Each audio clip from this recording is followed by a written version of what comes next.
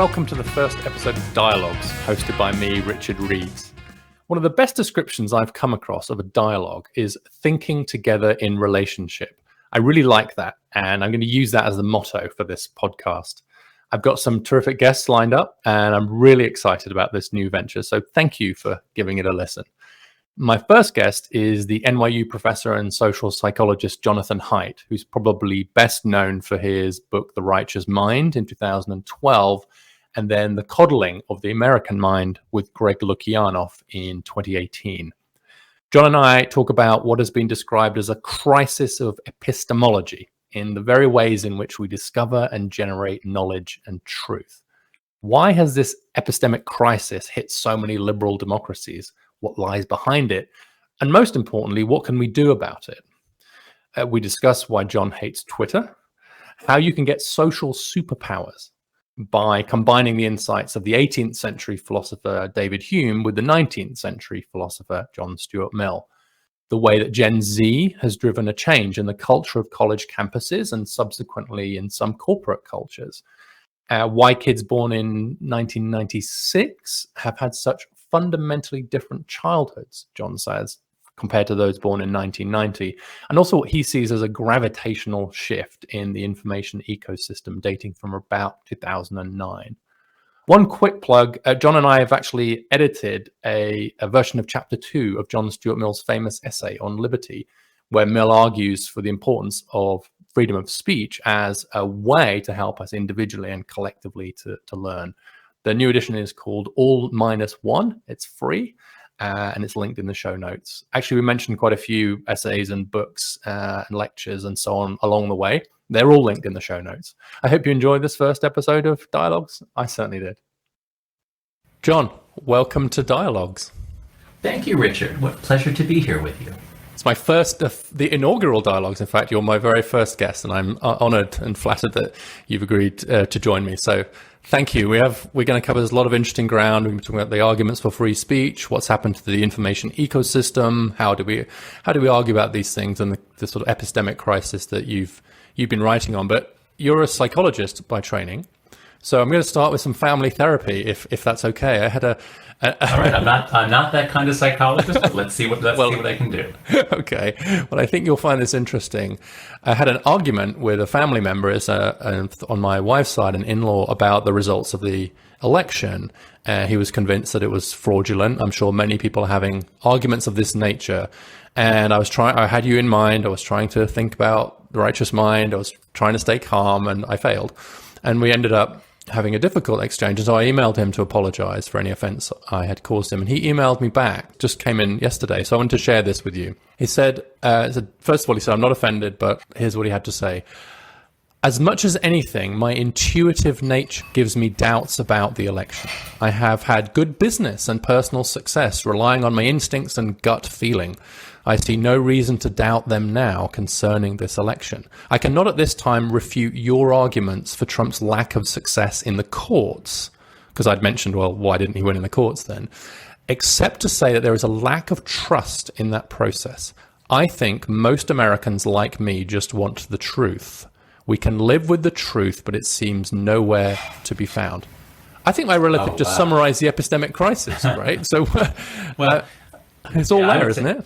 Yeah, it is. That is a beautiful quote. I mean, beautiful, at least for me as a social psychologist. Yeah, it would have been a beautiful one to have in The Righteous Mind. Yeah. Yeah. Because so in The Righteous Mind, the first principle of moral psychology is intuitions come first, post hoc reasoning comes second. And so we know what we feel, and that points us towards what we want to justify. And so I'm part of a group of psychologists in the last 15 or 20 years who argue that so much of our thinking is done for social purposes, not to find the truth.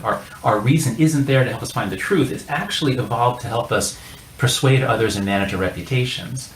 And so I think what your relative was saying was he's just got this strong sentiment that something's wrong, and you'd have to look beyond the things he's focusing on to understand why the other side feels or thinks the way they do. You've got to start seeing the whole system that they see and why they don't trust the things that you trust. But anyway, he's got this strong feeling, and you can give him reason after reason, But because, there's a great quote from David Hume on this, but because reason is not the source by which either man derives his view, then, giving reasons basically is not going to change their mind. And he is just much more explicit about it than maybe the rest of us are. I think that quote really shows both the psychology and the current sociology, especially that last line. What was it? The truth is nowhere to be found. We can live with the truth, but it seems nowhere to be found. And so it's almost as the absence of any space of authority. Where does the authority come from? It's just a kaleidoscope now. And so it seems nowhere to be found. That's right. That is the most profound line in there. And that, I think, that's really going to get us into the epistemic crisis. But yes, there was an article in The Atlantic recently, I forget by whom, but it was basically arguing that to understand why those people believe the crazy things they do, why do people believe conspiracies, you've got to really flip it around and not ask why they believe X, but why have they stopped believing the authorities? Why have they stopped? You have to focus on what they've stopped believing. And I think that's going to get us much further in understanding your relative and in understanding the epistemic crisis that we're in. Yeah, well, actually, we're going to get into Mill at some point and universities, but you've mentioned Hume already. So actually, I wanted to talk to you a little bit about how you think about the role of free speech and reason, given what you've just said about Hume. So you do say, you have this lovely line in The Righteous Mind, which is something about we are absolutely dreadful at changing our own mind.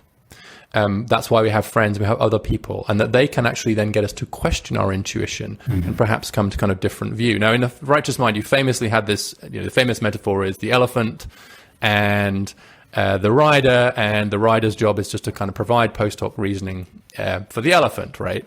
And so if that's the case, John, why bother with speech or reason at all? If you can't reason with the elephant, why does free speech matter? And in some ways, conservatives would say all you're doing is upsetting things by undermining traditions and so on. So it's like, where do you land in terms of how you think about Hume and the elephant and now your passionate advocacy for free speech? Because one response would be, John, didn't you just tell me that none of that matters? It's all the elephant. Thank you. That's a perfect setup. That's got all the pieces I really want to talk about here. So I'm a Humean. I follow David Hume in terms of how I think our minds work with reason and emotion. But my main contribution in psychology is called the social intuitionist model. And it's a model of how we make judgments. And there's been a lot of writing about it, but everybody focuses on the intuitionist part. And they say, as you did, you've argued that the mind is divided like a rider on an elephant, and the rider is the conscious reasoning, the elephant is all the other stuff, the emotion, the intuition, and the elephant is so much more powerful, so isn't it hopeless? Nobody ever takes me seriously about the social part. The social intuitionist model is a model that lays out how we have these gut feelings. We make up reasons afterwards to justify to others. We give those reasons to others. We usually don't change their mind, but then they give us reasons. And as you go around and around, if you hate the other person, you're actually gonna find even more reasons why they're wrong. But if you're engaging with another person in the right circumstances, with the right social norms, and perhaps with something that binds you together or some reason why you actually want to try to understand each other, then you really do get closer to the truth. And this is why I shifted from when I was writing The Righteous Mind, it was Hume was my favorite philosopher. But when I was writing The Coddling of the American Mind with Greg Luckianoff, which is about the bizarre changes that have happened on university campuses since 2014, Mill became my favorite philosopher because he's the one who really, really understood the limitations of the individual and the brilliance of a group or even just a pair that are speaking in the right circumstances. So it's this idea of social epistemology, like doing stuff together. Actually, the motto of this podcast is a definition of dialogue as thinking together in relationship. And you're right, that's very Millian. It's about collation. In fact, one of the reasons that we know each other, John, is that we've worked together on this amazing edition of Chapter 2 of Mill's On Liberty called All Minus One, which came from Heterodox Academy. I actually emailed you, having seen a lecture, which we'll talk about in a moment, about Truth University and Social Justice University at Mill. And I said, how can I help? Which is I've discovered a fateful phrase to use with you, because you never say, actually, I've got it covered, thanks. Yeah. And so we ended up working together, and it's actually out in a new edition. So I encourage everybody to check that out. It has wonderful illustrations from Dave Ciccarelli, who you found. So you ended up kind of in that milieu. So I was going to ask you I thought, when I read The Righteous Mind, I thought you were like 90% Hume, 10% Mill, to use one of your other metaphors. Right. It seems like you're maybe a little bit more 50-50 now, but it does require us to be... No, I'd say let's it's not 50-50, it's 90-90. Let's collate the two. Mill's got the intuition, and Hume's got the social and more cognitive features. You're right. People did miss that social bit of it, but it does require us to be open to each other. Right? You've just described a world in where there's you presume goodwill on the part of the other person, where actually you're listening. I think one of the things that's lost in all this debate about free speech, which is not lost to you but to others, is that the point is to be heard. The point is the listening bit. The point is the openness to that, and that requires us not to hate each other, right? That requires us not to be writing each other off even before we open our mouths. Well, that's right, but that's like the beginner lesson. Is we can only do this if we don't hate each other, so try not to hate each other. But the advanced course shows you that, you know what, you don't have to presume goodwill. If you hate the other person, your mind won't be open. But if the other person hates you, you can actually still learn from them. And this is, we'll probably talk about Twitter later, and I hate Twitter, and I think that it has made the world a worse place. But what I found is if I put an idea out on Twitter, very quickly, like within an hour or two, I can get all kinds of great, I find out where my weaknesses are, along with finding out about all the terrible things about me and my, whatever groups I belong to. And if you can look past the nastiness, you really can profit. And so this is like, understanding Mill and Hume together gives you these social superpowers. And one of them is that you can go into a situation like Twitter or an argument, and you come out stronger and smarter no matter what. And that, I think, is a very Millian lesson. That's like, the Mill master level. Yeah, and you've, I think, traced this very well through the kind of different iterations. There's almost been a kind of trickle down of this epistemic crisis, arguably starting on college campuses. And I think you were one of the first to write about that. And in fact, my son ran into me one day and said, Dad, you have to watch this lecture from this guy talking about Mill as the patron saint of Truth University and Marx as the patron saint of Social Justice University. We watched it together. And that's when I sent you the email saying, I found you to help. And so you were really tracking this on campuses, and it seems, if anything, to be kind of getting... Well, but it's trickled down from there. But talk a bit about what did you notice on campuses? How did you get into this? So there's two things. So we'll start. So I just want to first put a little bookmark on the year 2015 as the year that everything went crazy, and the world after 2015 is very different from the world before 2009. That's the period in which very large systems started going haywire. So we'll get back. I just want to put a note there. We'll come back to that. But now let's go back 2 years before to 2013, 2014, when my friend Greg Luckianoff, who runs the Foundation for Individual Rights and Education, started noticing weird stuff starting to happen on campuses. And he's FIRE, his organization defends free speech rights. And he'd always been having to push back against university administrators who are trying to protect the university from controversy or liability. And suddenly, in the 2013 to 2014 academic year, he noticed that it was actually students who were saying, we need to ban this speaker, we need to stop people from saying these things, we need protection from words. So suddenly, this whole new stuff about trigger warnings, safe spaces, microaggressions, cultural appropriation, bias response teams, all these things in which students were demanding protection. They were demanding that the adults, the deans, the professors, whatever, protect them. And Greg recognized that the arguments they were giving were actually the very arguments he had learned to stop giving when he learned cognitive behavioral therapy for depression. He'd had a suicidal depression a few years earlier. And so he came to talk to me because he'd read my book, The Happiness Hypothesis, where I write about CBT.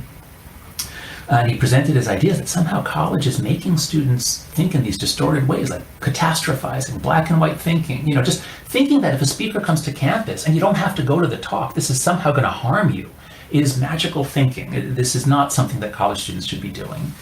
And I thought he was absolutely brilliant. I thought, this is amazing. This is, yes, I've just begun seeing this and reading about this stuff, and his explanation made total sense.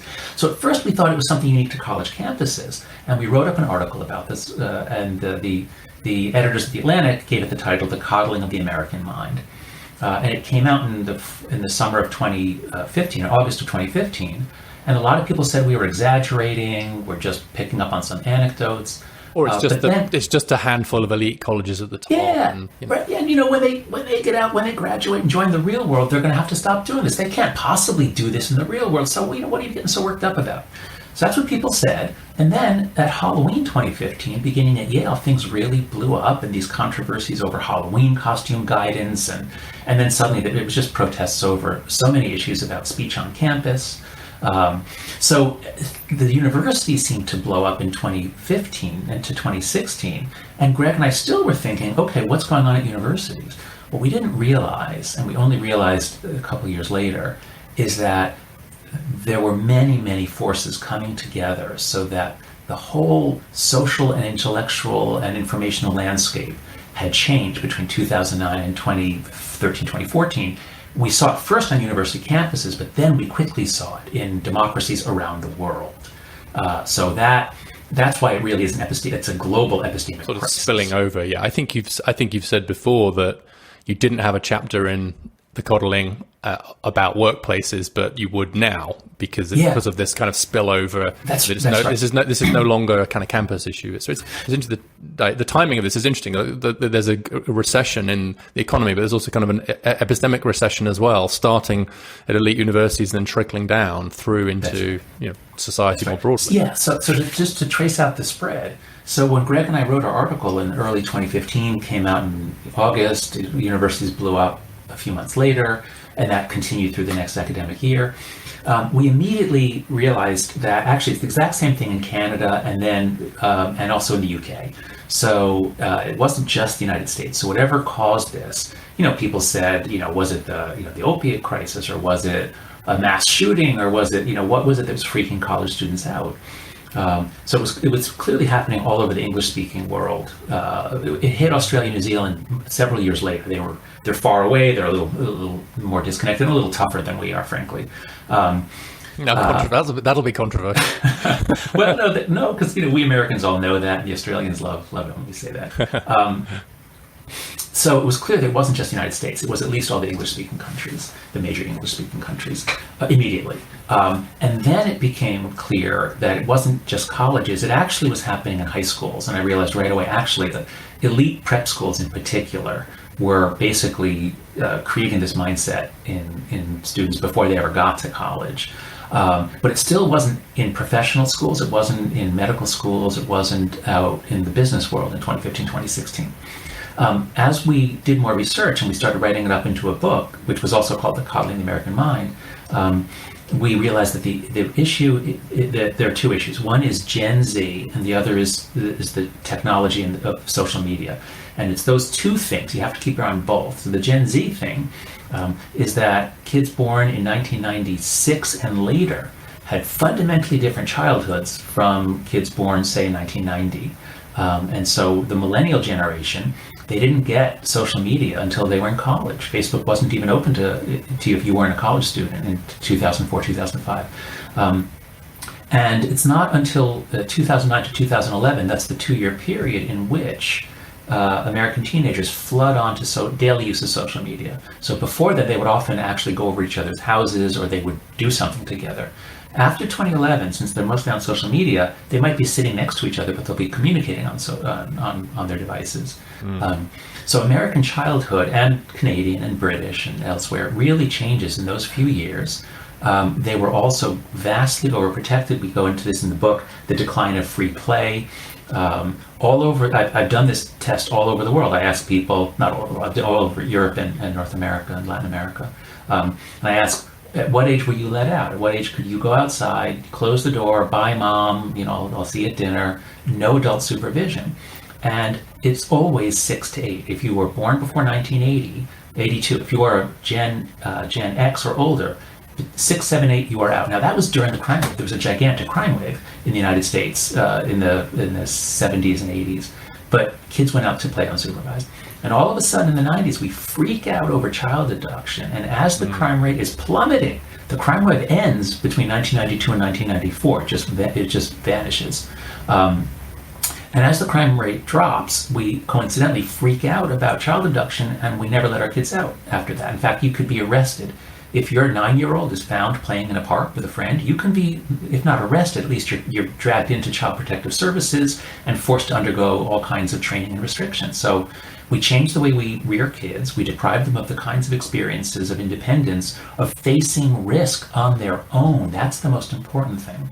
So for a variety of reasons, kids born in 1996 and later are different.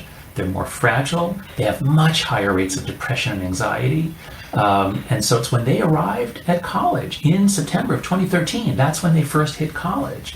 That's when Greg began to notice these weird things happening. And then they'd been shaped effectively, and their childhood had prepared them for it. This predates arriving. So they didn't arrive at college and then this started happening. Your argument, as I understand it, is that they'd kind of been prepared for this by this kind of, you use the anti-fragile idea. And that's a combination of living in social media as opposed to using it, and then being somewhat more kind of socially incarcerated as a result of the irrational fear of abduction. Exactly. That's right. That's right. So our original idea. So they were primed effectively. You could or were they driving? They weren't primed for it. They were driving it, right? I think your argument is that they drove these changes on college campus. It wasn't that faculty all of a sudden in 2015 decided they didn't go through the Great Awakening across college campuses. It wasn't professors. So your argument, I think, is they were responding to these new kinds of students and this new kind of environment of information, right? More or less. That is, when we wrote the article originally, we thought that it was the university driving it, and we were wrong. We quickly realized that the universities were being changed by the students. Now, we didn't blame the students. We tried to then explain why Gen Z is so different from the millennials. And it's not so much that they were primed for it, it's that they were developmentally impaired. The normal growth of a human being or of any mammal is to play. Animals play constantly, and they take risks in their play, and all of that is to tune up their frontal cortex, develop instincts, learn how to calibrate and manage and estimate risk, appeal for help from your friends. All the things kids learn in play are absolutely vital. And if you deny them that, if you make them spend their entire childhood preparing for tests and taking violin lessons and doing organized sports where there's a coach watching you, you're basically stunting their growth. And we could get into all kinds of issues of class that you've written about, because of course I was just about to ask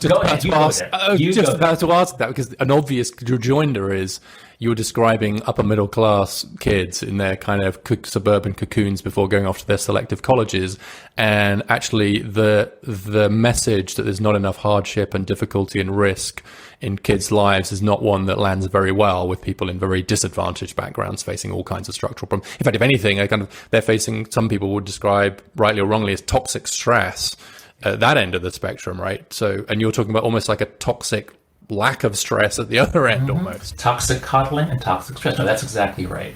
So here's some of the things we learned in writing the book. One is that when we started writing, we expected that this was going to be especially a problem of the top 10%. And we found it's more a problem of the top 50%.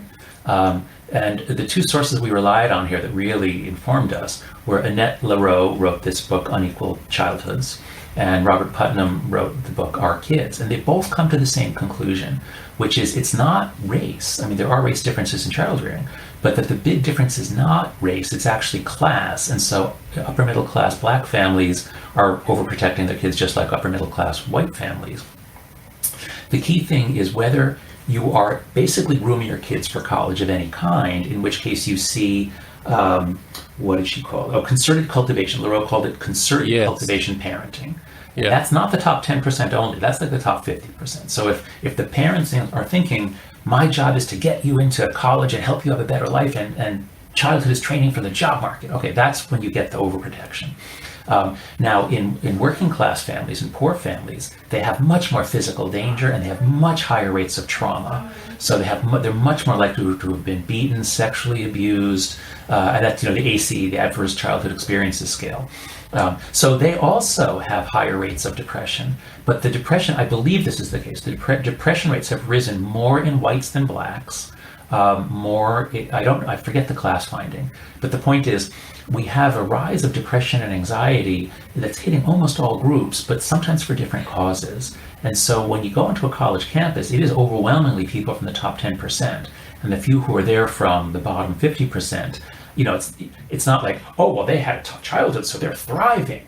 No, it's like they have other reasons why they're having trouble. They're struggling for different reasons. They're struggling for more like J.D. Vance reasons, maybe, than for exactly. elite reasons because of their background. And I think one of the consequences of this, and I want to move on to this this epistemic element of it now, because it's this sense of, the old phrase is that, sticks and stones, what's the phrase, sticks and stones and make my bones, or whatever it is. But names will never harm me. Yeah, exactly. And it's kind of the loss of that idea. That's a microaggression. No, you can't say that anymore, because you are blaming. Words will hurt me, because words can hurt me. Words will hurt me, but more than that, I'm saying that if I say something mean to you, then I'm not actually harming you. But no, it's very important to make sure that perpetrators are blamed, and they're the bad people and the victims are the good people. Anyway, sorry. I sometimes wonder if the reduction in other forms of harm, physical kinds of harm, the drop in crime, the rise in life expectancy, they actually become much safer physically, right? So the trend towards greater and greater physical safety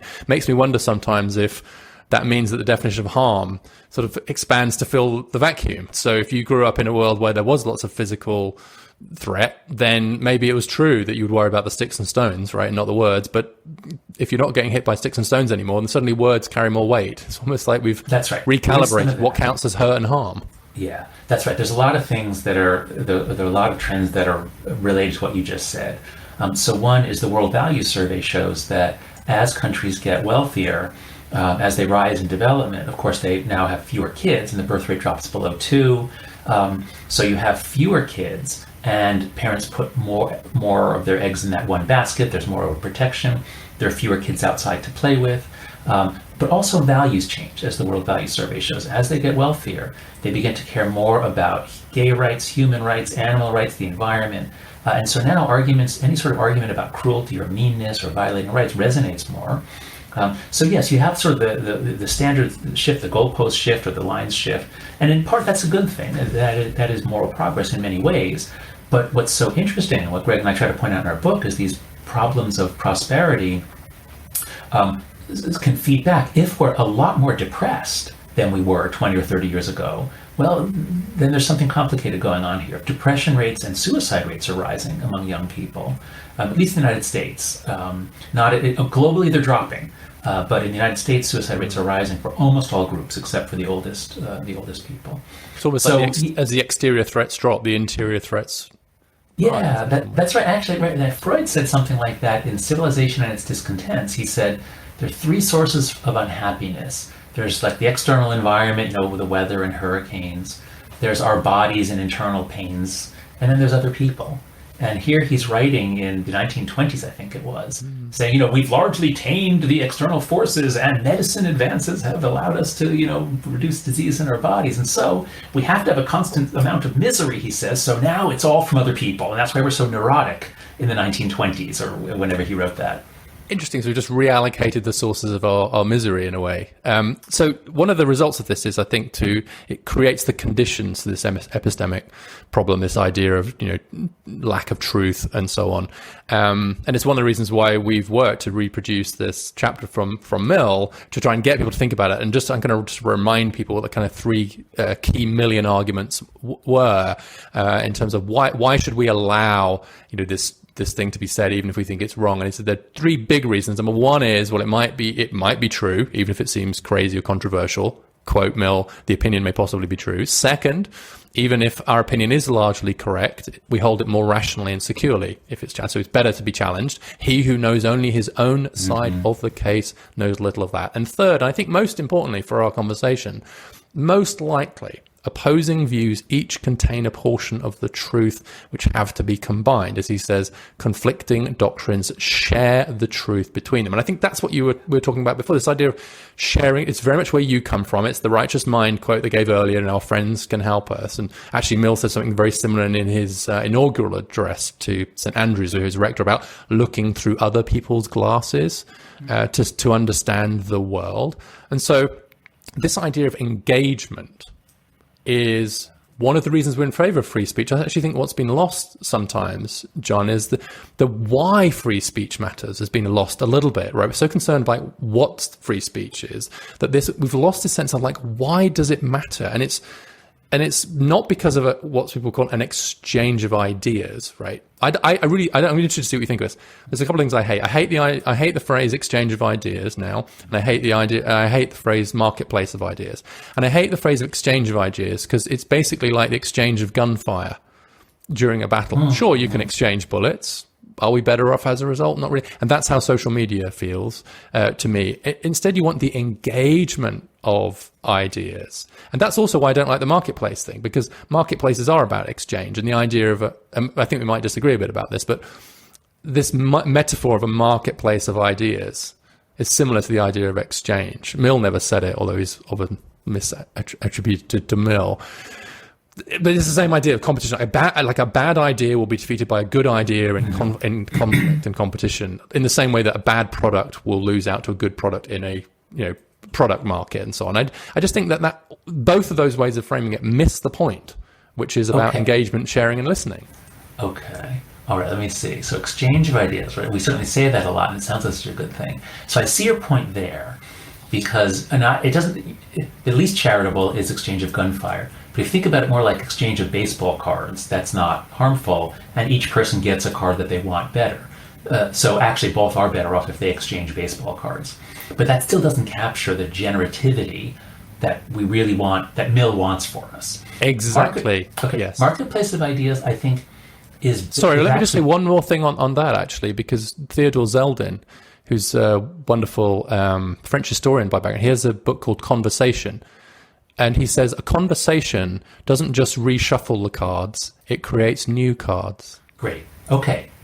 So the key thing here is positive sum interactions. So I'm writing a book on capitalism now. I spent most of my career at the University of Virginia in the psychology department. By a kind of a fluke, I ended up moving to the NYU Stern School of Business in 2011. I knew nothing about capitalism before then because I'm a very well-educated American, so I knew nothing about business or capitalism. Learning about the history of capitalism and seeing those hockey stick graphs of how prosperity exploded in the 19th and 20th centuries, what you really come to appreciate is the generativity of capitalism, the ability to put a few things together, and what you get is 10 times the sum of the parts. And so exchange of ideas doesn't capture that at all. Marketplace of ideas, I've always liked because the intellectual marketplace clearly has so many market failures. But now in our conversation, I'm seeing that a marketplace does create surplus value, but not exponentially. Like if we have goods to exchange or I have money, we're both better off, but only like 50% better off or 100% better off. It doesn't capture the inventiveness of capitalism, where people create totally new things that revolutionize life on Earth. So the marketplace doesn't get it. So what does? I'm thinking in my book, I'm thinking more of like metaphors of a garden or nature or something about so the Millian relationship, the Millian vision of Eden is a place where people are coming together, not just exchanging ideas, but they're creating a social network which has emergent properties that are vastly more creative than the sum of the individuals, and that's what we now call a university. Yes, that's it. That's it. So we need a metaphor that gets us from exchange to You're right. I mean, it's interesting you went to Garden of Eden, and I think the reason you went to that is because, and again, this is very Millian, this idea of growth, and this idea of with Nietzsche's growth. So we're growing our own ideas, we're helping each other's ideas to grow, we're splicing them together. So I don't have a good metaphor either. And to be honest, I think that there is value in the idea of a marketplace because it makes you think about how do you regulate. Actually, Ronald Coase, the institutional economist, had an essay back in 1974, I think, where he talked about the fact that the marketplace of ideas was useful because it then made you think about the fact you need to regulate it. He said something like, I'm paraphrasing, I don't have it in front of me. He said something like, we always assume that in economic markets, a degree of regulation will be required because not everybody is perfectly rational and, utility maximizing. Why do we think the opposite when it comes to the marketplace of ideas, where any regulation is definitionally bad because everybody knows exactly the right thing?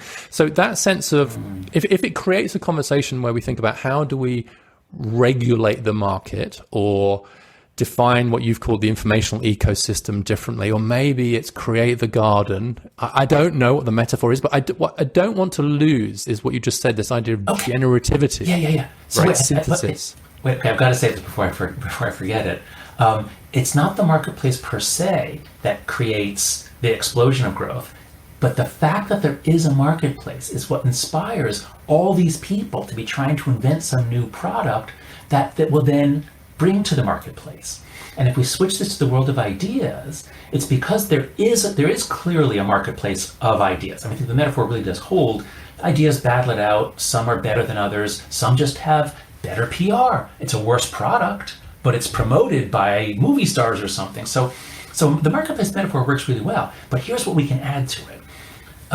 The marketplace itself doesn't generate the extraordinary value. It's the inventors, the inventions, the innovation, which there's so much incentive for people to do that because there is a marketplace. Now, a university or an academic community, so you and I mean, you're also a professor. You have an appointment. I've been. You're a real professor. Well, so I'm within the university entirely, and so I see that as the market. But what's happened, in part because of the new technology, is the academic marketplace has really spilled out into TED Talks and more writing of op-eds, and your world, the policy world. That's what's so impressed me about coming to Washington, is even though this town is so polarized, like all of you, right and left from the different think tanks, you all seem to know each other and you actually often talk to each other. But my point is, if there wasn't the marketplace, if I wasn't in a university, if I was just like living in the woods somewhere, I would never spend my time thinking about moral psychology. I mean, it would be absurd. But it's because there is a marketplace where I can draw from, and I want to be successful in that marketplace. So I'm motivated to work all the time. Even when I'm walking in the woods, I'm thinking about, sociology, moral psychology. So the marketplace of ideas is a great metaphor. It's just not sufficient because you have to look at it as the whole system of capitalist production, which relies on a marketplace. How's that? Well, now you've now persuaded me that the marketplace of ideas does work in a way because of this issue, but only under certain circumstances which promote innovation. So we're talking about innovation here. So the analogy is that how do you create circumstances in which innovation is rewarded? And actually what you do is there's upside risk and downside risk. But in novelty, i.e. innovation, there's always risk. And the reason entrepreneurs, and actually Mill, that's why Mill was in favor of experiments of living and eccentrics. He didn't want everybody to be an eccentric. He just thought we need some eccentrics out there because it helps to create these new ideas and this generativity. So, but that requires you to risk novelty. It requires you to break new ground, and it requires you to probably fail. Right? Most business startups fail. Most new ideas in the market fail, and the good ones flourish. But you've got to be throwing it out there and giving it a go. The question is, do we still have an informational ecosystem that encourages you to throw new ideas out there? Great. That's the way to frame it. Or not. Or are you too risk averse now? Okay, so let's focus on universities for a moment, because those are supposed to be, at least in modern Western research universities on the German model, they're supposed to be that. And we'll talk about that. And then we'll talk about the broader informational crisis and our inability to, going back to your relative's statement that the truth can't be found, what is happening to our ability to innovate when we can't get facts and truth? All right, so do we still have this a marketplace of ideas that is incentivizing innovation? So this is a perfect time to talk about that talk I gave at Duke that your son saw. Truth you versus social justice you. Maybe it's going to be innovation you versus Stalinist you. So the idea that I developed there that has really stood me in good stead, and I recommend to everybody, is don't talk about things like free speech in the abstract, or just like about, is this good? You have to always focus on an institution and what is the telos of that institution. So telos is that Greek word, Aristotle would analyze things in terms of its telos. The telos of medicine is health. The telos of a judge or a lawyer, is a justice. And our telos in the academy is clearly truth. It's, on Harvard's crest, it's veritas. On Yale, it's lux et veritas. On most of the others, it's something about light, knowledge, truth. And as researchers, our purpose is to find new knowledge and new discoveries. And if we don't do that, we're not good researchers. Related to that, as teachers, if we don't pass on knowledge and stimulate curiosity and learning in our students, we're not good teachers. So we have a dual telos as researchers and teachers. So that's the way it always felt to me. And that's when I fell in love with the academy. I loved it. I was an undergraduate at Yale, and I felt like a kid in a candy shop, and I loved learning. And when I went to the University of Pennsylvania for my PhD, and I was getting paid to learn, they were paying me $10,000 a year to take classes and go to talks and hang out with smart people. And I was just pinching myself, like, this is amazing. And I had that joy until about 2015. That's when it ended. Because the way it felt was, again, I like to think in metaphors. Intellectual life is it's a bit like a game of tennis where I hit you a ball and you hit it back and I hit it back, and one of us is going to win the point perhaps, but it's fun to play, and we choose to do it. We enjoy doing it. We both understand what we're doing. And what happened beginning in 2014, 2015 is some interactions with students that I had, and certainly many that I was reading about, where I hit the ball to you and then you tackle me. And I say, wait, no, we're playing tennis. And the other person says, no, we're playing football. Or I hit the ball to you and you punch me in the face. Like, why did you just attack me like that? No, well, this is boxing. Like, no, there's just complete incoherence. And that's what brought me to the idea that we're playing two very different games on campus now. And this came in with the students. Of course, and it was, the purpose of my being here at this school is not to learn, it is to fight racism, sexism, and fascism, and conservatism to some extent. And that is what I saw as being totally incoherent, it was totally coherent. Internally coherent. Internally. But you can't have two teloses at a university. Individuals can have multiple goals, but is the university organized to find truth? Or is the university organized to fight racism, sexism, and fascism?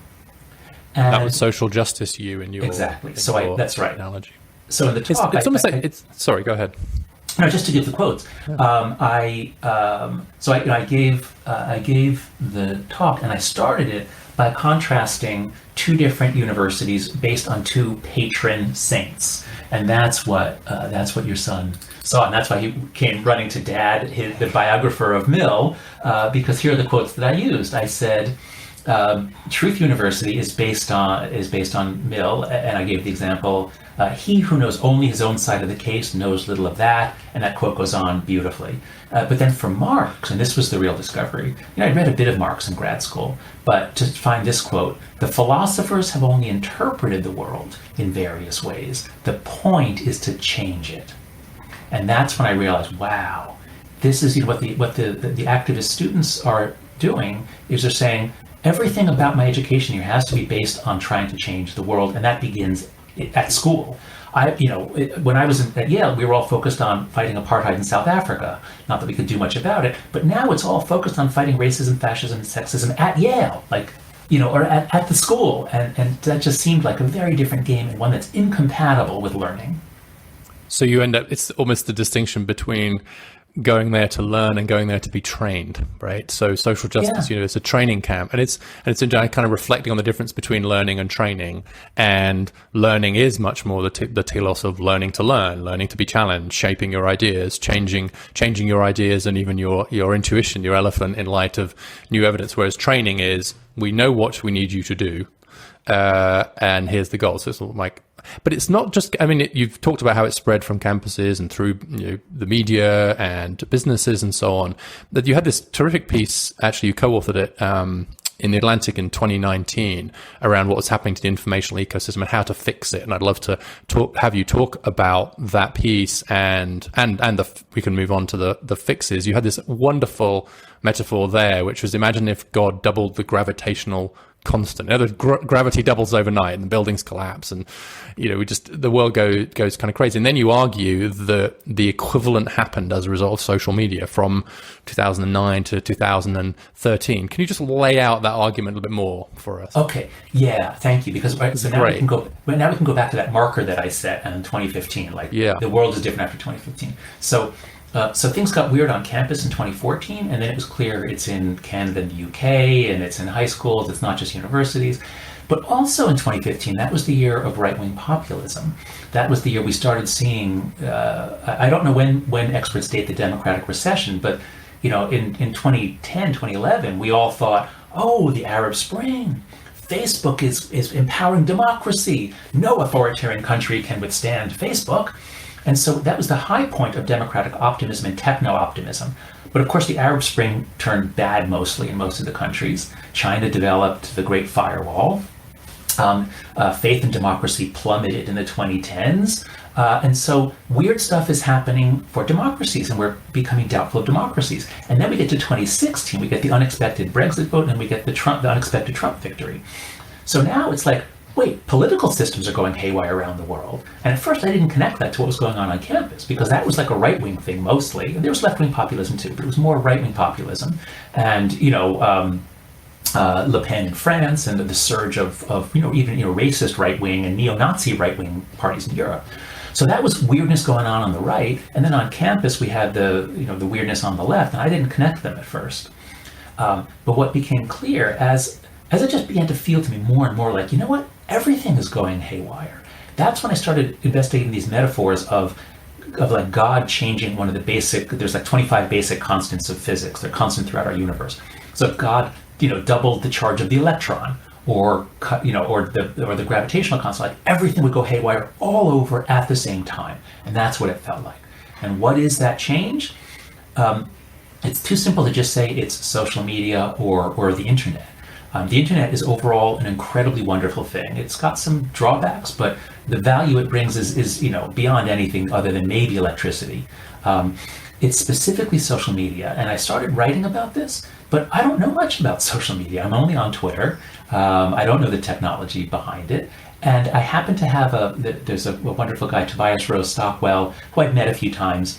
He'd worked in the tech industry. He really knows his stuff. And I asked him to join me in writing this up. We had a good conversation. I said, can you help me with this?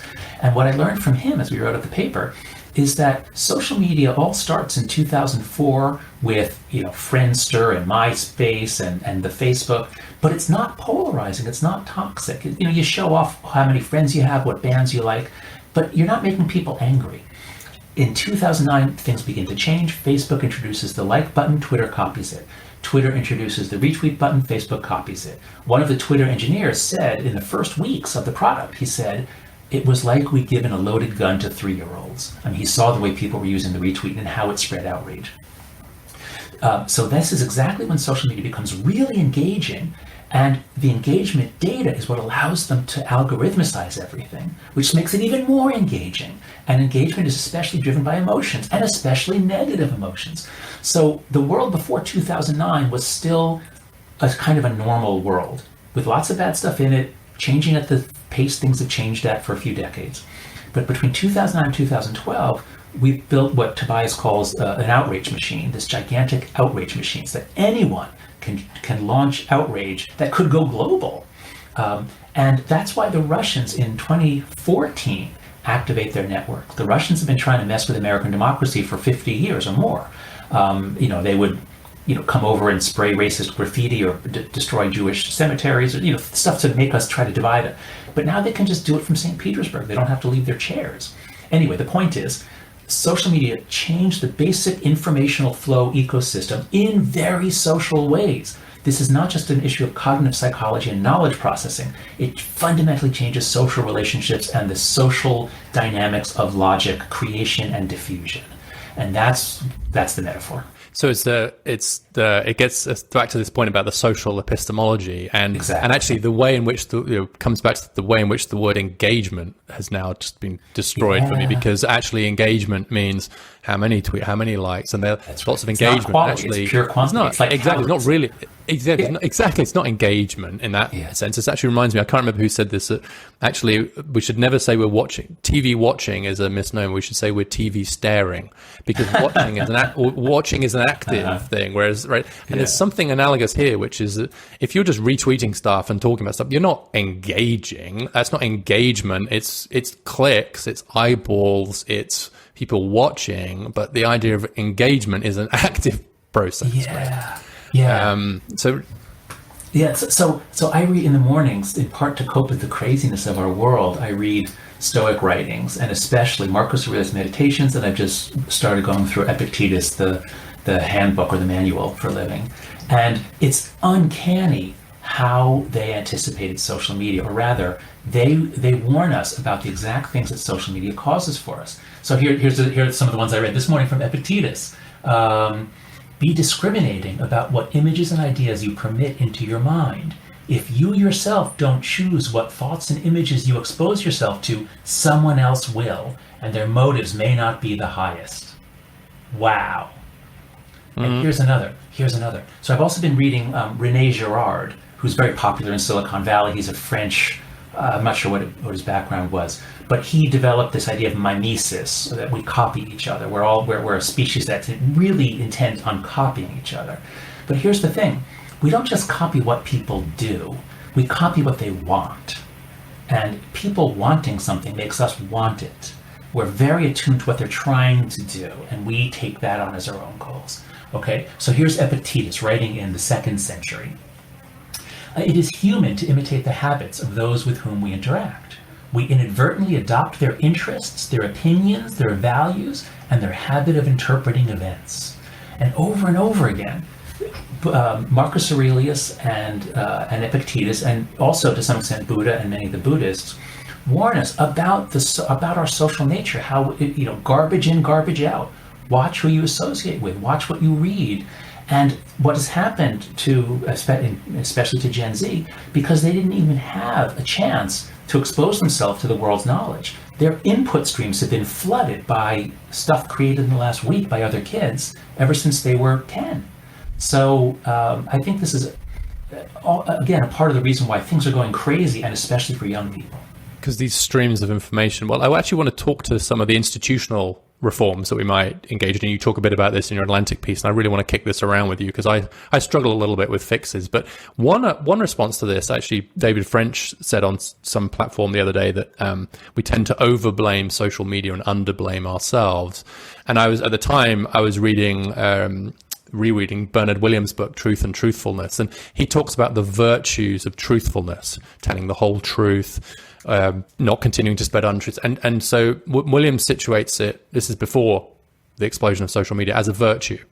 So truthfulness as an individual virtue, rather than something that institutions do for us. So to what extent do you think the responsibility for fixing this problem lies with all of us as individuals? I don't have to retweet. I don't have to log on. I don't have to respond. I don't have to like. How much of that is just about us recalibrating our own sense of what's good and bad for us and each other? And how much of it is, no, Facebook needs to be broken up or whatever?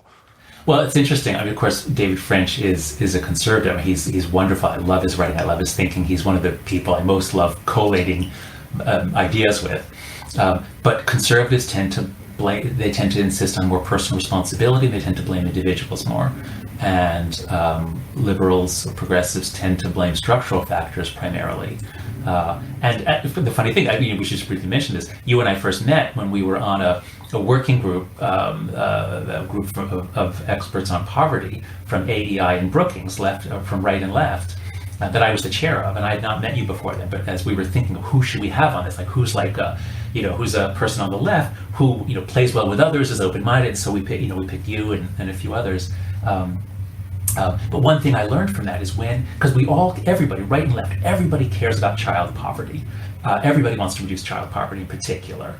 But one thing I learned is that the right tends to look at personal causes, personal responsibility for poverty, family decisions, whereas the left is always focused on structural racism, structural factors, economic factors.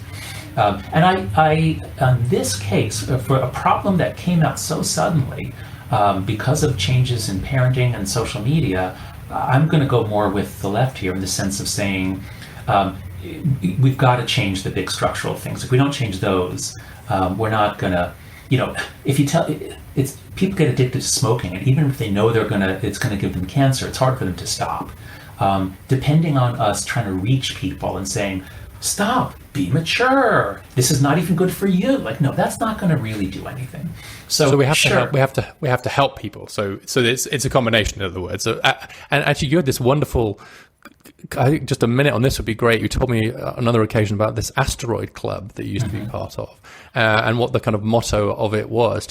I think it was just this is a brilliant bridge actually to this individual versus the institutional. Okay. Yeah. Again, maybe this is too many metaphors for the listeners, but I saw a talk by Yuval Levin, actually it was, on something about the dead, or I can't remember, but it was really compelling. And I realized, like, wow, the dead really is a big deal, and people on the right, this was back when Republicans used to care about the dead. I was going to say, it must have been a while ago. Yeah. I felt like, wow, I didn't know this. Like, I'd never really taken this seriously. And then, of course, on the left, people are treating climate change as I think actually, somebody even used a metaphor, like if an asteroid was coming to hit the Earth, we would all unite against it. Well, climate change is that asteroid. I think it was in a TED Talk somewhere. And then I started thinking, like, wow, it's like each side sees asteroids that the other side doesn't see. And then I sort of thought about it visually. Like, imagine two people facing each other. And like, as you and I are now, and I point over your head and I say, look, there's a giant asteroid which is going to destroy us. And you're saying to me, look, there's a giant asteroid which is behind my back. And neither one of us is even willing to turn our heads. Like, I won't even turn my head to look at your asteroid. Now, if I could turn my head, I would see it. And then I'd say, okay, you know what? I'll help you deflect your asteroid if you help me deflect mine. And so that was the idea, that if we can get liberals and conservatives together over dinner, and food is very important. As a social psychologist, I'm always looking for these, sort of indirect emotional social things. So sharing food, breaking bread is very powerful psychologically. So it has to be over food. Let's get together over a meal, and it's an open question whether alcohol helps or hinders. We'll figure this out. And let's talk about child poverty. And that's actually what led to you and I meeting ultimately. Was we had this dinner. So before we brought you in, we had a dinner in New York City, and it was the left's asteroid was inequality, and the right's asteroid was family decline. And they're actually related, as you know, as you've shown. Marriage makes a big difference for kids' outcomes, and vice versa. It's crazy to treat them separately. That's so that's right. Like, I'll help you with your, but it comes back to this point about like truth. I think to some extent, it's occurred to me recently that when we swear an oath or we're in court, we swear to tell the truth. Mm-hmm. The whole truth. Oh my God, I never thought and of nothing that. but the truth. And I think honestly, I think one of the real problems with the way we think about truth now is it's like the truth. So of course there are some things that are just wrong, right? They're just lies. And in fact, there's some video going around at the moment that's making me think of this, where DeSantis has been horribly edited by 60 Minutes. But the whole truth. And what actually happens, John, is that the respectable scholars on the left talk about inequality and economics and stuff, but they mention in passing family structure. They'll say, of course, family structure is important. So they have one sentence to deflect them, but then the whole paper will be about that. And conservatives do the opposite. And so actually one of the real problems, I think, is not that what you're saying isn't true. It's just that it's very much not the whole truth, because you don't like the other bits of the truth. They're uncomfortable to you, so you just ignore them. And it's getting harder and harder. And so you have to read, but basically what you have to do is read the conservative report and the liberal report at the same time, and then just glue them together at the points where they mention each other's asteroid, to use your analogy. Well, okay, so that would be collating in a kind of a passive way. And here, maybe, I don't know, Richard, maybe deep down you're a bit of a conservative in that you seem to be pushing it on like, people should do this themselves, or people should be able to do this.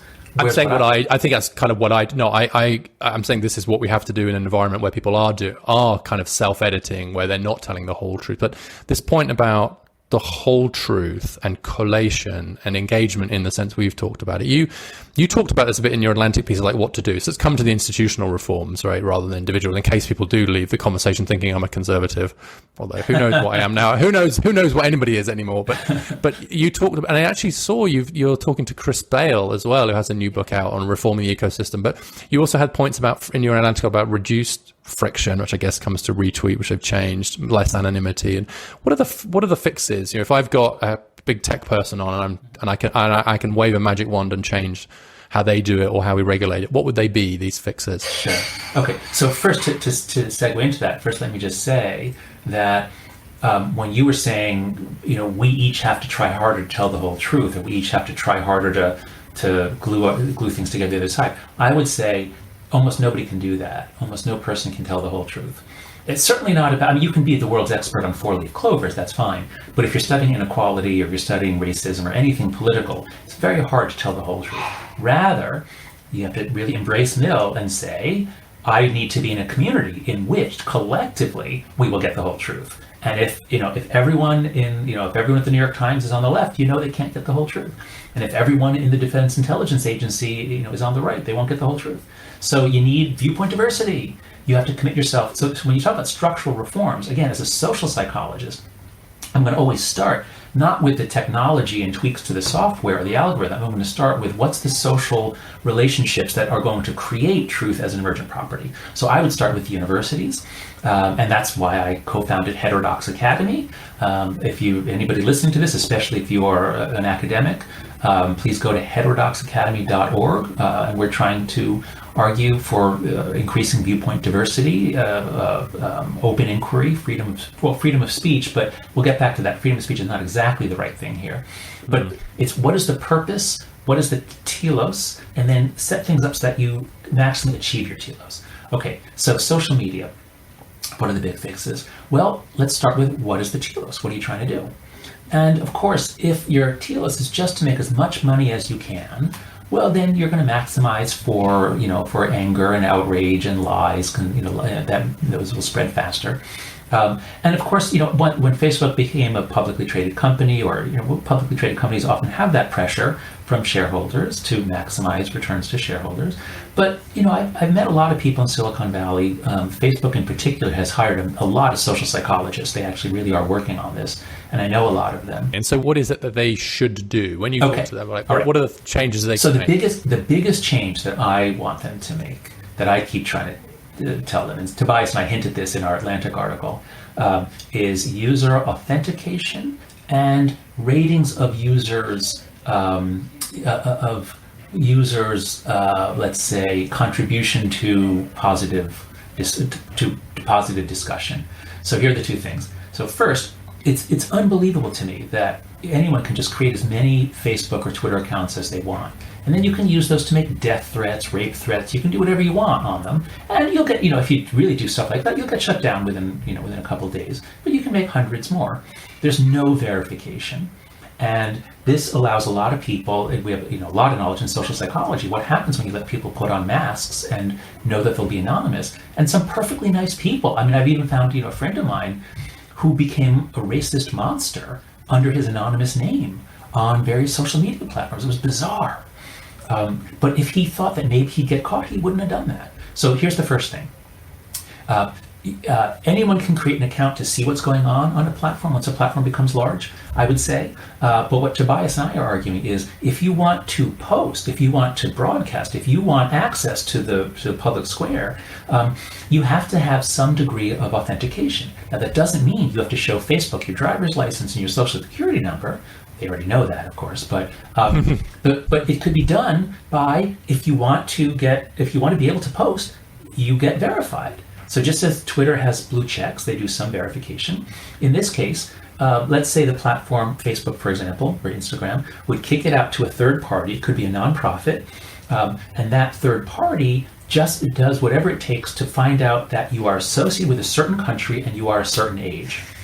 So that if it ends up that you make death threats or rape threats, and if there's an FBI warrant for you, Facebook doesn't know who you are, or wouldn't know who this anonymous account is. But with a warrant, they could go to this third party. Now, just with that would crack down a lot on the terrorists, on the right-wing extremists. If you knew that at some level you could, your identity was discoverable in the event of something extreme. It's interesting at Clubhouse. I know you've been on Clubhouse a couple of times. I think we're going to try a Clubhouse, I think, after our event. You're not allowed to be anonymous. First of all, it's obviously so that's crucial. And that's one reason it's so civil. You have to use your own name. Yes. And that's a very interesting kind of shift. Step. That's right. Yeah. I mean, it's this point about friction you mentioned too. And the guy, you quoted the engineer who's talked about putting a gun in a 3-aught hand, who helped create the retweet button and then publicly regretted it afterwards. I haven't, Twitter now will at least say, have you read this article right before you read it? Do you think you should read this before retweeting it? That's a little nudge. Can we go further on that kind of? Right. So that's a nice example. That's an example of the sort of thing that Tobias was talking about. And Tobias actually came up with the idea, if you're going to post something and the algorithm or some AI determines that it seems to be hostile or aggressive or obscene, it'll ask you something like, do you really want to post this? So that's an example of adding a little bit of friction. So I think those are good ideas, but those aren't going to transform things. Those are just a little bit of a speed bump for the individual. What I'm after is things that will change in this complex dynamical system that settles into certain basins or certain stable configurations. We need changes that are going to change it systemically so it's in a very different configuration. And there are plenty of places online that are really nice. Why? They have, if users cannot just upvote but downvote, then that actually, saying something outrageous actually can get you more downvotes. So there are all kinds of changes that would really change things. I'm very interested in this idea of kind of rankings. Like, one of your other heroes is Glaucon, actually, right? And how, his point is, you talk about Plato as well, but actually what matters is our reputation. What matters to us is what other people think of us. And so I'm just thinking about the fact that on Twitter, for example, it's how many followers do you have? Well, maybe a better metric would be how well do you engage with your followers? How many of your followers, are I don't know exactly what the metric would be, but rather than just volume, how many retweets, how many followers, something instead about your Verity score or your, I don't know. Okay. Because we all care about those things, right? We look that up. I look up how many Twitter followers someone has. Yeah. Okay, but that's right. But now what you're talking about is like putting, calorie counts and vitamin counts and fat content labels on fast food so that if people want to be virtuous, they can. And if people care about their Verity score, they can try to get a higher Verity score. That's not going to work. But here's what would. What people really care about is the number of followers, things like that. Here's how to combine the two, harness the two together. What I would like is for Facebook or Twitter to stop focusing so much on content moderation. That's a losing game. That's impossible. Rather, focus on the contributors, focus on people, on what kinds of people they are in terms of their contributions to the telos of the platform. And so if they would just give me two numbers, one is cognitive complexity. So even, it used to be you couldn't be complex on Twitter, but when they doubled it from 120 to 240, you actually have enough characters to say, I agree with so-and-so on X, but I disagree here. You actually can show some, as opposed to just, screw you, you're stupid. And so that could easily be code. In fact, there are people who've done it. You could easily code cognitive complexity. So if every user gets a cognitive complexity score, that's one score. And I could say, I want to filter out people who are a 0, or if it's 1 to 5, I only want to hear from people who are 2 or above. And the other would be something about aggression or hostility, which is a combination of like obscenity and threats and nastiness. And that is, again, very easy to do on AI. AI is perfect at that sort of thing. So again, 0 to 5 scale, I don't even want to hear from people who are a 4 or a 5. And here's the thing. Once I do my settings, they disappear from my world, I disappear from theirs. That means if they are obnoxious and simple-minded, they're going to lose a lot of followers and their count is going to go down. So the trick is not just to advertise your cognitive complexity, it's to make something that you care about hinge on your consistent cognitive complexity. That would be transformational. So I love that idea. I'm just wondering in practice how different it is from the individual approach that I was talking about earlier, because it still presumes that people will select into the people with higher, I'm not sure about, I know what you mean by cognitive complexity. It's almost like a real engagement score or something. I don't know what to call it, but, and a kind of low hostility score or whatever. But on that basis, nobody would have followed Donald Trump. And yet he ended up with many millions of followers. So aren't you being as optimistic about human nature as you were just accusing me of being a moment ago? Yeah, okay, that's a good point. So you could certainly, because of the entertainment interest value, of course, you can always add people in. And I follow Trump, and I would, so I would. It's a bad example, I guess. No, you sort of had to in a way because he was president. Yeah, but that's right. The equivalent. Right. Yeah. So no, you're right. It's an empirical question. And that's the thing about complex dynamical systems. I'm proposing two changes that I think would have gigantic systemic effects, but there's no way to predict in advance until you actually run it what actually will happen. So it could be that, say, psychology Twitter, which is usually pretty nice, would get even nicer, and because it includes a lot of people who aren't professors, but really like psychology. But there's a lot of just nasty ad hominem people also. So it'd be good to just get rid of them and only have the people who are serious. You don't need the credential of a psychology degree. You need the civility of a person who occasionally says complicated things and who doesn't yell and scream and curse at people.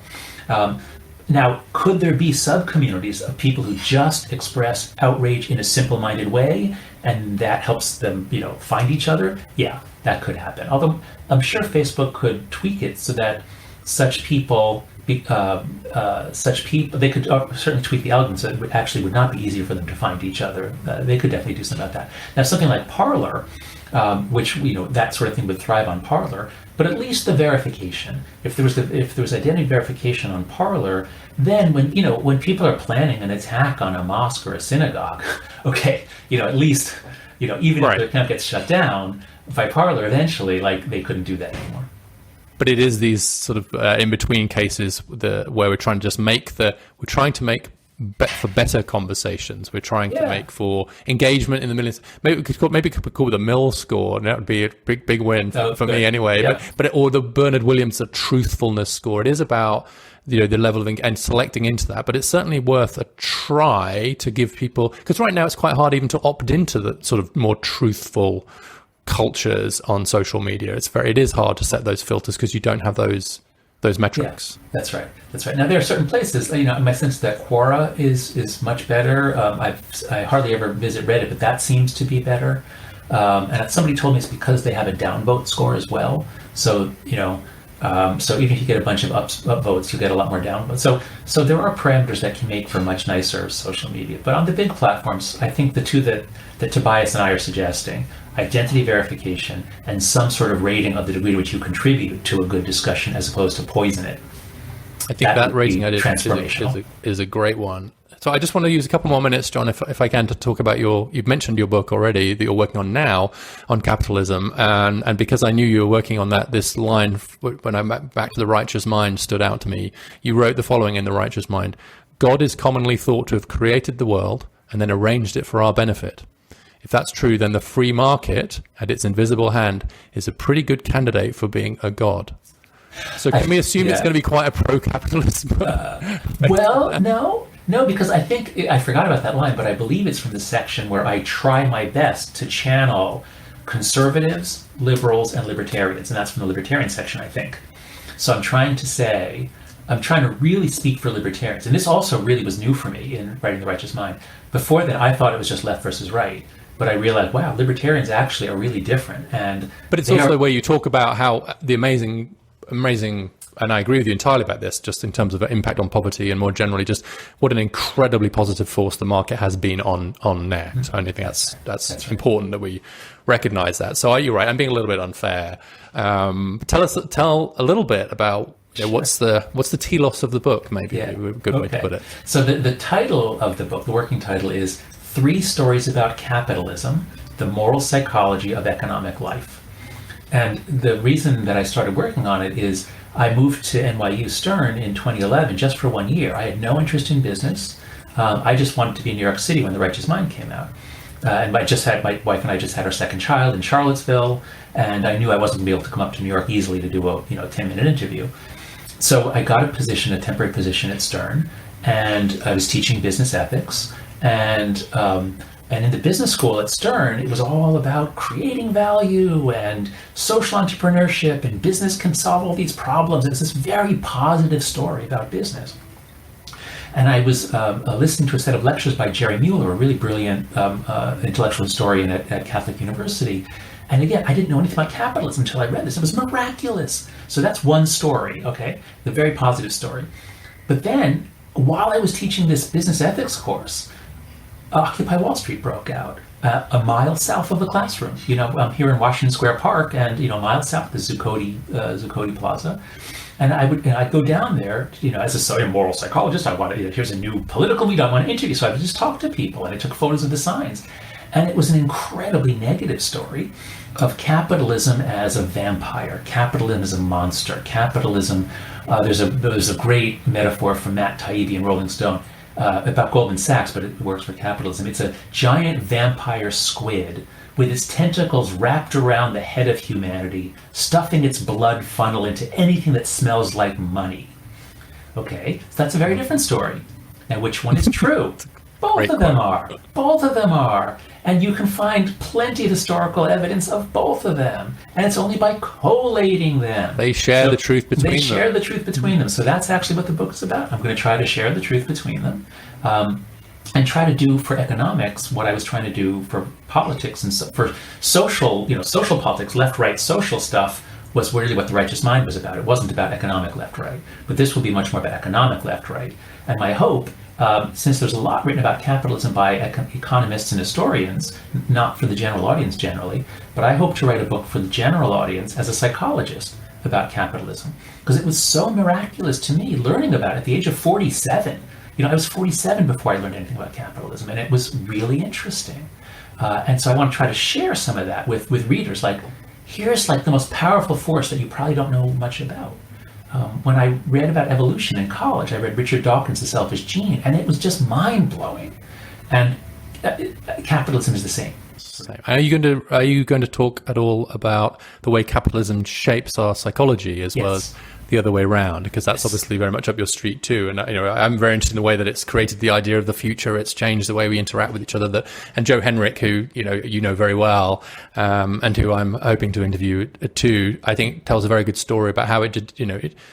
The psychology of economic man, using that term very loosely now, is different. So are you going to talk that causal relationship too? Exactly. That's right. So the first part of the book is going to be about the two metaphors and wicked problems. And then the next part of the book is going to be about sort of the history of capitalism and markets and how they developed, but then what they did to us. So, and this is what I really learned from Joe Henrich, is gene culture coevolution and thinking about cultural evolution as a strand, almost like a strand of DNA. And Joe has done the best work, in his amazing book, The Weirdest People in the World. So, it's fantastic that you're going to have him on. I hope you'll have him on soon after you air my episode, because they really will fit well together. And I learned so much from Joe. Joe actually spent a year here at Stern teaching with me, and we read a lot of each other's stuff, and it really did affect me. So yes, capitalism is an enormously important factor in human cultural development, and because it's so politicized, because a third of the country hates it, a third of the country loves it, a third of the country has no idea. But most of the analytical class, most of the intellectuals dislike it, and so they can't think straight about it. They think it's turned us into selfish creatures, the self-optimizing rational individual and all that. That's right. Yeah. Okay. Well, John, perhaps you'll come back on when that book is ready, because I'm very excited for that. But this has just been such a great conversation, and I'm so grateful to you for joining me. So thanks again for joining me on Dialogue. And I'm so excited. I think we actually figured it out. You were against the marketplace metaphor, I was for it. And now I think we have to develop this, but I think we have a model for really trying to show what Mill was after and why Mill is still relevant today. We need that innovation, because we share the truth between us. Yeah, well, this has been a wonderful start for me. John, thank you again for being my guest, and best of luck with the book. I'll see you soon. Take care. Thanks so much. Bye-bye. Bye-bye.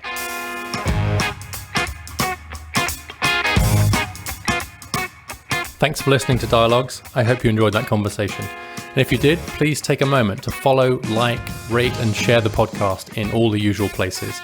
And send me your thoughts and ideas, including for future guests, to dialoguespod@gmail.com. That's dialoguespod@gmail.com. I'll see you next time.